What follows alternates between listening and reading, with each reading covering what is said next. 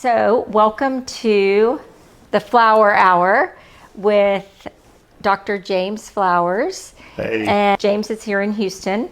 And this is Dr. Eagan. Terry Eagan. Dr. Terry Eagan. So, one thing that I know everybody's having trouble with is just staying sane, in this environment. And I think, wow, if I was having trouble with something before this, I'm sure it is amplified now, and I'm one of those people. So I know that it's tough to reach out to someone, new, especially, right? Mm-hmm. Because if you don't have a relationship with a therapist, it's tough to get started when you can't go see somebody. Mm-hmm. So would you mind sharing just a little bit about what you guys do? And then I have some questions from my Instagram followers that they would love to have answered. Thank you so much for actually asking us to do this. I think it's really cool that you're doing this as kind of a public service to your own customers and your clients, and I'm excited to be here and just visit with you. I'm James Flowers, and I have the J. Flowers Health Institute here in Houston. I'm a psychotherapist from Houston, and Dr. Eagan is a psychiatrist in Los Angeles that actually flies to Houston every Sunday and works with me Sunday, Monday, Tuesday, Wednesday. Wow. Sees patients here, and then goes back to his LA base and sees clients and patients in Los Angeles. And because of what's going on right now, he was in Houston planning on going home a couple of weeks ago. And our governor said, if you come from California, we're going to put you on a 14-day quarantine. So Dr. Eagan is stuck here like so many other people and living in Texas. And maybe he may fall in love with it. Yeah. He may fall in love with it. But you're so right. Right now in our country and really all over the world, anxiety is higher than it's ever been. Stress is higher than it's ever been. Alcohol consumption is actually as high as it's been in our country historically right now. So excited to be here because I think it's a timely topic. Thanks. Well, appreciate you both so much. So one question is regarding a college-age student that is typically out of state, goes to school in another state completely, has had to move home, quarantine, be responsible for all of their 15 hours of coursework online, in addition to other extracurricular classes they were taking, trying to maintain that online, and also just really worried in general about the pandemic. So he struggles with anxiety anyway, and then those three things are really hitting home right now. So even a good day is a very anxiety-filled day, and anything you guys could touch on that would give just some advice or tools or anything to help someone like that. You bet. Terry, you're stuck here, so why don't you take that one? Well, I think the first thing you always want to do is you want to see, what am I doing that could be making it worse? So make sure that you're not making it worse by using substances that'll make you more anxious or drinking too much caffeine. Make sure that you're minding your sleep. That's a time in life when people typically are not getting as much sleep as they need. So really make sure you're trying to get your 7 to 8 hours if possible. I think a lot of times too, people commiserate. So they like to call somebody else and say, hey, what are you doing? Kind of be mindful about who it is that you're communicating with. If you just are reaching out to all of your most anxious friends, you're just going to make each other more anxious, and the sky's going to be falling. So be a little bit more mindful of you're reaching out to your friends who are a little bit more grounded, maybe who don't have as busy of a schedule as you do.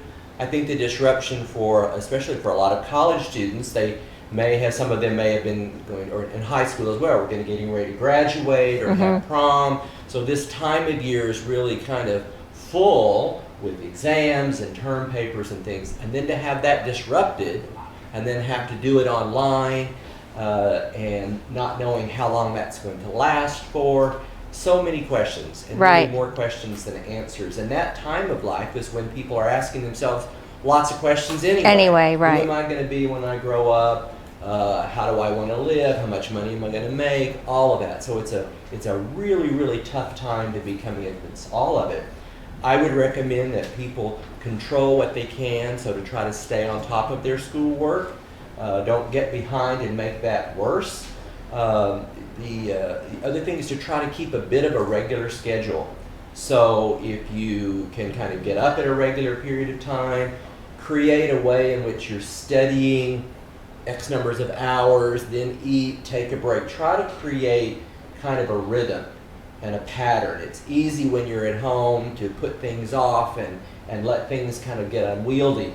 But the more you can create a schedule for yourself, I think the better off you'll feel overall.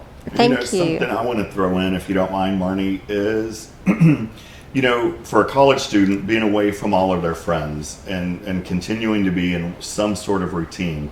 FaceTime is amazing for doing that. And FaceTime in a group of friends. Now on your iPhone, you can put, 10 or 12 people on an iPhone together. And Zoom meetings are so popular right now. Last night, I had a group of my core friends. There were 6 of us on a phone call together. And I was dreading it. And I thought, we're going to all be on the phone together for an hour? And it went by like that. That we were sitting I've seen so many of those It's happy been amazing. hours on Zoom. But keeping in touch with friends and Zoom time and Zoom meetings and FaceTime meetings really help stay connected. Also, exercise. I know that the gyms are closed, but getting outside and walking, running around the block a few times, talking about it with your parents, talking about it with your friends, and also knowing that I'm not in this boat alone. Right, Every that's one of us are in huge. the Yeah. same boat. Yeah. So speaking of parents, I actually have 2 college kids that one is at A&M, a junior, one is at the University of Texas, a sophomore, and they're in this situation. The first week of them being quarantined here with me was really rough by the end of the week. Like I had lost all my patience with them. They couldn't understand why I was telling them what to do because they're on their own. Sure. And so that was really hard. What should I at least attempt to do to kind of minimize that and be respectful that they're going through something and I'm going through something. I'm working out of my bedroom because it's the only room I can close off. But anything a parent can do, if a parent is, struggling with that. The most important thing that I think a parent and a child can do or a family can do that a lot of people just don't do is talk about it and say, we are in this house together, guys. And I know that you go to A&M and you're at University of Texas and we're all on our own and all of a sudden we're here together and this is going to be a stressful time. And I'm going to do my part and I know that you guys are going to do your part and get out and do a little exercise and work in your bedroom, watch Netflix in your room for a little bit, have dinner or lunch together and then kind of separate. But I think we all need independence and we all need a little bit of healthy separation. And I think the key is healthy communication. And letting them know when you're stressed and them having permission to let you know when they're stressed out and talking about it, I think is the key. So when I said nothing for 4 days and then lost my cool on everybody, that wasn't good. Not a great thing to do. Not Marnie. great. Okay. Yeah. Okay. Let's get to another person's question. How to manage the fear. So many people have said, I'm terrified of getting the virus. Yeah. When I talk to someone and they're just a wreck, oh my gosh, I think I have it. I think I'm going to get it. If I get it, this is what's going to happen to me. How do you respond to something like that? Good time for me to say that Dr. Eagan and I right now work in an office together all day long.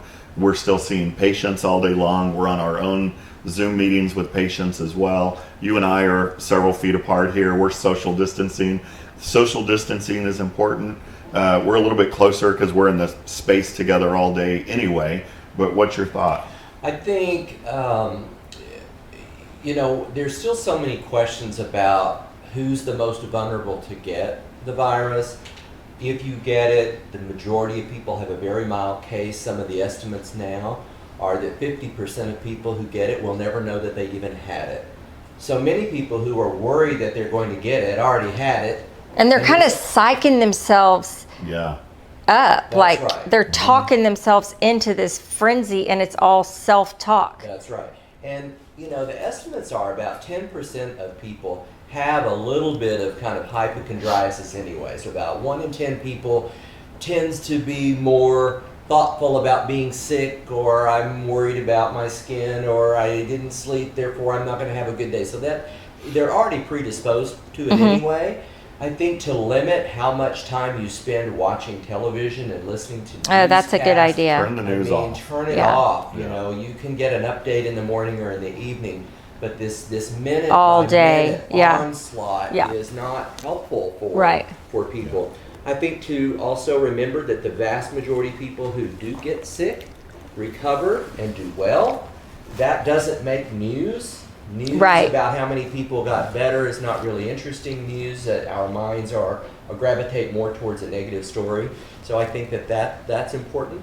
Then to follow common practices that you hear every morning. The Surgeon General is reminding people about social distancing and about hand washing and about kind of covering their mouth and things of that nature. So just pay attention to that. Do what you can. Yeah, do what you can. Be sensible. I think sometimes it's frustrating to see, for example, people in New York when Central Park is just packed with millions of people, even though the government had asked if they would Right. not do that. Remember, that's not being sensible. The likelihood of having a problem is increased if you do that. Right. So try to follow Just the listen. guidelines. Yeah. Yeah. So another question that someone has asked me is they lost a loved one right before the quarantine orders went into place, and they don't have their normal support system. They can't be with their family to help get through this. What can that person do to get, be able to properly grieve and not be completely stunted by that? Yeah. So it's a great question. It reminds me a little bit of an experience I had when I was a resident. My great-grandmother passed away in Tennessee, and I was in school in California, and I was on call, and I couldn't get off to go to the service. So I couldn't grieve with my family. It was really very difficult. It wasn't the same kind of thing as being concerned that if I go to be with them, I'm going to get sick or make someone sick. But it was that I But you did still not be with couldn't. my loved ones. Right. So, I talked to them on the phone. I sent an arrangement to a service. Now, some people can't even have a service at this time. I also set up in my dorm room a little altar space where I had some pictures. I went and I actually went to the store and got the cologne that my great-grandmother used to wear. Oh, And I put that That's on the so countertop, cool. And I had a little flower, and then just a few little things that reminded me of her.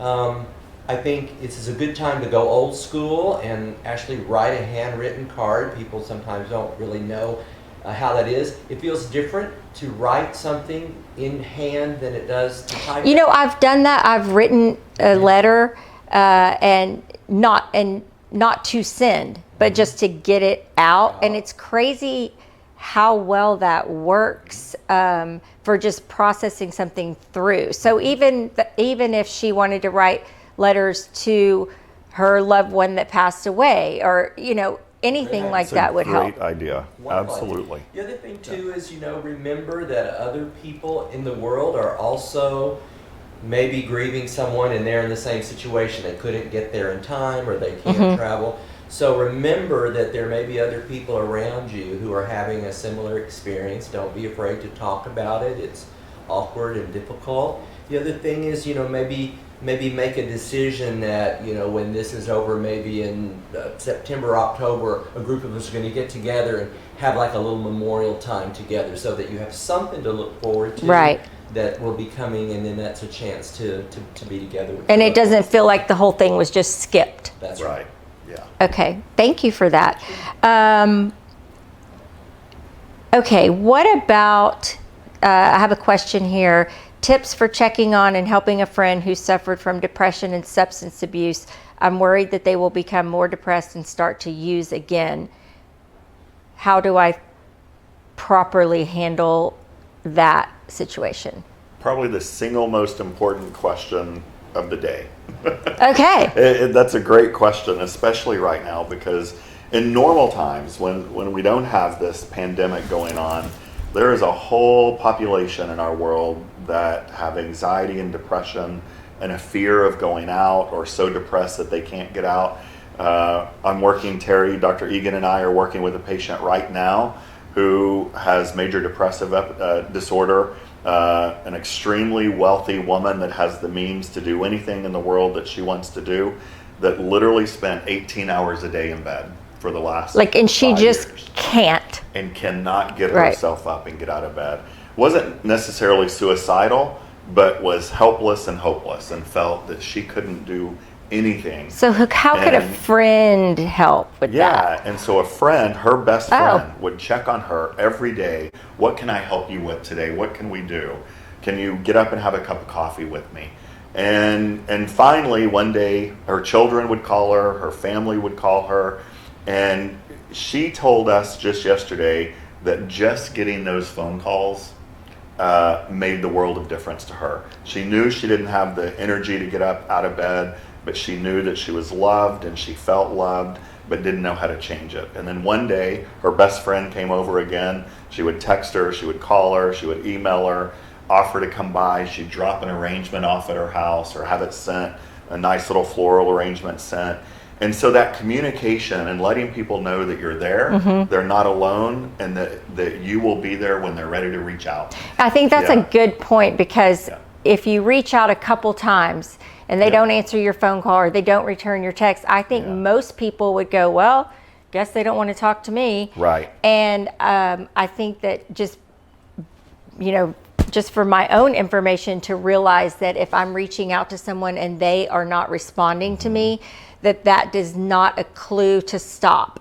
Right, and it doesn't mean you're stalking them. Right, yeah. So if it's a love interest, it's different. yeah, exactly. If it's a friend, you're Golly, right. I saw him 5 times. Exactly. Yeah, Come on. yeah. But just calling and checking on them, and Just if you don't get a consistency, response, just right? consistency. Okay. Just a little text. I'm here if you need anything. And everybody loves to hear their name spoken. So I always think it's important to say, you call, I love you, Marnie. If you use their name, it's a very intimate thing. And actually there's a type of kind of therapy work called spiritual direction. And a part of that is to use the person's name almost every second to third sentence. And you'd be really surprised at how it draws you in. Okay. Even though we've heard our own name That's off and on. so true, because normally I would just text, hey, I love you, let Yep. me know, I'm here for you.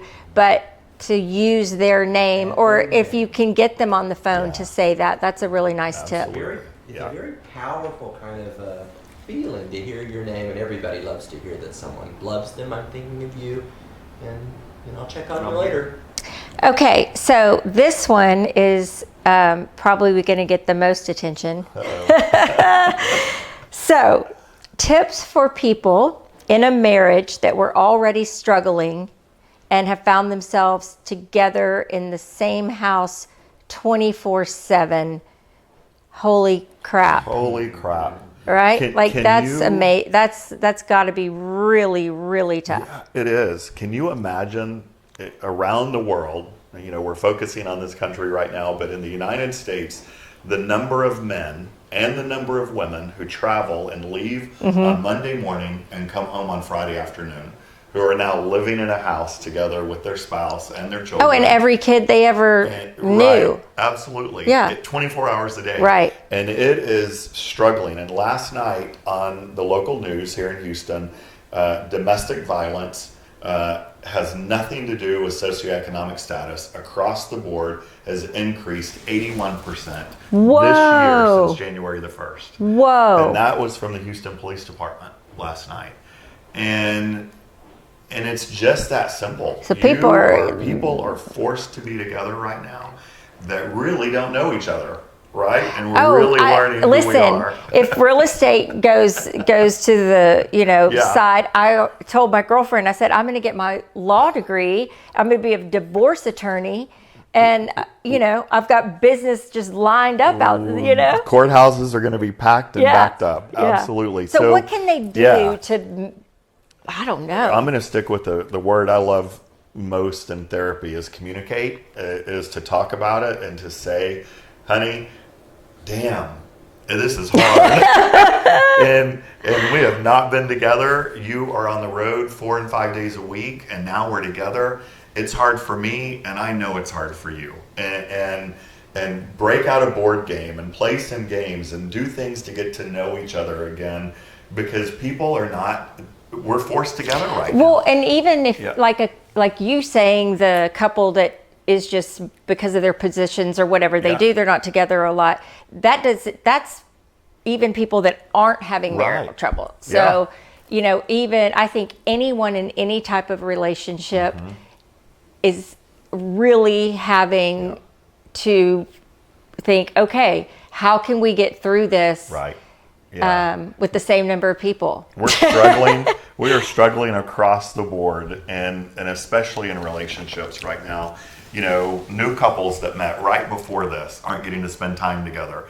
People that are dating for a while are sometimes stuck together, right? And marriages were stuck together, not stuck together, but kind of stuck together, right? Yeah. We're in the same house 24 hours a day. Many of us. I'm fortunate because I get to get up and go to work every day because I'm in healthcare. But talk about it, get yourself some space, go out and exercise, communicate, play board games, call your friends, talk about how your best friend is getting along with her husband or his wife or what have you. Do you have anything? Yeah, I think a lot of times people say, I have to make a decision right now. This feels so untenable, I can't take it, I'm out of here, I'm getting a divorce, I'm calling an attorney, now I know. I just think just you don't have to make any decisions today. Just honor that it's a difficult time. Keep in mind, a lot of times before people get ready to retire, they spend a couple of years talking about what it's going to be like and what are we going to do with our time, and if it's going to be an empty nest situation, maybe we're going to do some downsizing, but people usually had a chance to prepare. This caught people off guard. They didn't have a chance to make really any plans. They're also cut off from their support system, so like you can go out and play golf or something with someone. So don't feel like you have to come to some final conclusions about your relationship. Give each other some space. I think the other thing that happens is a chance to practice saying, I'm sorry. That's difficult for most people. It's difficult for me to make an apology and mean it, but it's a chance to practice. I'm sorry, I know I must be on your nerves. I was sick this morning. Please forgive me. I'm doing the best I can. And maybe we'll all get in the practice of being able to apologize a little bit more easily. And then when this is over, we'll have less war. Who knows? Yeah. So you brought up domestic violence, and I don't have any specific questions from people about that. And I'm not surprised. I think that anyone suffering from domestic violence is doing so mostly silently. So just speak to, if you are suffering from domestic violence, just what is the first thing you should do? The very first thing that you should do is reach out to your friends. Just reach out and say, I need some help. I need someone to talk with. Domestic violence increased in Houston from January to now 81%. And that's reported cases. So just think, Marnie, of the number of cases of domestic violence that are not even being reported right now. And the best thing that you can do is talk to a neighbor, talk to a friend, get out of the house, go to a friend's house, reach out. Just even if you're sitting like in the driveway 6 feet apart. Absolutely. Get in the car and drive around the block. And people that are really in danger and suffering, there's probably a hotline that they can call, and that's still working, right? If you dial 311 right here in Houston and say, I need help for domestic violence and I need help for a shelter, they will give you 5 phone numbers right there and they'll connect you. Okay, that's good to know. Yeah. Okay, so lastly, say somebody's like, you know what, I've always thought I should benefit from going to therapy. I've never done it. This is really showing me that I could use that support right now. How do they go about finding a therapist when you can't go meet anybody. So Sure. how would somebody get going on that path? There's an amazing website called Trusted Provider Network. It's tpn.com, and it's trusted providers that have been vetted by a company out of New Orleans, actually, that looks at licensure, that looks at complaints, that vets the therapist, psychologist, psychiatrist. You put in your zip code and a number of people will pop up, and it tells you all about them with a bio. You can also go to Psychology Today, although psychologytoday.com, and type in your zip code, it'll give you therapists and they'll match you with a few questions. So there's online. And they could maybe do a telemed or Zoom. Yeah, everyone, probably 80% of therapy right now in this country, probably around the world, is online right now. Okay, We're doing it's it in possible person, to start. You can start therapy with a new therapist today. So I'd go to Trusted Provider Network or Psychology Today. Okay. And my therapist is in Los Angeles. I'm stuck in Houston. I'll be talking to my therapist tomorrow on Zoom because she's doing the majority of her practice now. They decided as an office to just not go in and to do that. So you can also ask a friend of yours if they have a therapist that they're seeing or a psychiatrist that they're seeing, because that provider is probably doing consultations via this format. And even if that person is not available because their practice is full, I get requests every day, hey, do you know of a therapist in such and such a community? Part of what's great about the business that we're in is that we know people all over the place, or I can call and get a name if somebody gives me a name. So I'll tell someone, look, this may not be somebody that I know myself, but it's come through a trusted network of people that I like. And so you make a call, have a consult. Sometimes you just talk on the phone for 15 Yeah, 20 just to minutes. see how it feels. Absolutely. What about, since you are here in Houston, do you have any availability for new patients, or? We do, at J Flowers Health Institute, it's jflowershealth.com, and our number is on our website. I don't want to plug us necessarily here, but absolutely, I'm taking new patients. Dr. Eagan is taking new patients. We do them in person and we do them via Zoom every day of the week right now. We're working literally 7 days a week because of the need for mental health therapists right And now. so it can be anything that, from addiction to gosh. depression to anything I've Marriage covered here, counseling. everything. Living with your children who are home from school. Right, okay, yes. Any anxieties, depression, stress, bipolar disorder, whatever it is. Okay. You bet. Yeah, great. Yeah. I think one other thing to keep in mind is that a lot of people are really freaking out around their finances. So you're in this intersection of not knowing if I'm going to have money coming in It's from so my job, true. or the stock market dropped at the very same time that I might need to use some personal services for my mental health. I would really, really, really encourage people to value their mental health enough to put the money down around it, because without your mental health, it won't matter what resources you have, you won't be able to enjoy your life. And this is a really, really, really difficult time, and we want people to stay healthy so they can get to the other side and enjoy all the innovation and wonderful things that will come when this is over with. So don't be afraid to invest in yourself. Yeah. And some insurance plans pay for that, right? Many insurance companies now, they're required to pay for mental health services now. Okay. So absolutely. Find a good therapist, find someone. I think people don't know that. I think they I think, think a lot of people think all therapists are cash paid, Right. and that's just not the truth. Okay.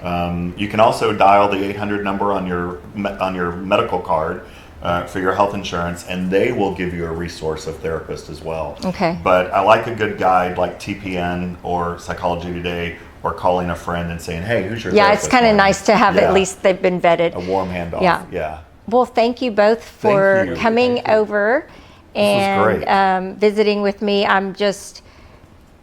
really want to be a resource to you. people during this time, and am going to need to call on experts like you guys. So I think it's so thank you. amazing that you, as a realtor, thought of this and that you're doing this for your customers, right? Yeah, What you an know, I amazing mean, resource. Yeah. it's mental health doesn't Yeah. discriminate either, Sure and doesn't. so Absolutely. I know that if I'm going through some things that might as well share the wealth. I always tell right. people I've been through enough therapy. They can just call me. Absolutely. I'll tell them, oh, okay, so what you need to say, but But That's right. you guys are awesome. Thank you Thank for you. doing it. Thank you All so right. much. Yeah. Thank you, everybody that tuned in and took time to watch this valuable interview with the best in the business, Dr. Flowers. This is going to be Flower Hour with Marnie, and I'll be doing it on a continual basis. So anytime you have questions, you can shoot me an email, message me on social media, and I will keep them safe for the next time that we are all together and can address some more issues. But I want you all to know that everybody is going through something that they have never been through before, and having feelings that you don't normally have is really normal. And I personally use a therapist and encourage everybody to get support wherever it feels right for them. So I will see you guys next time.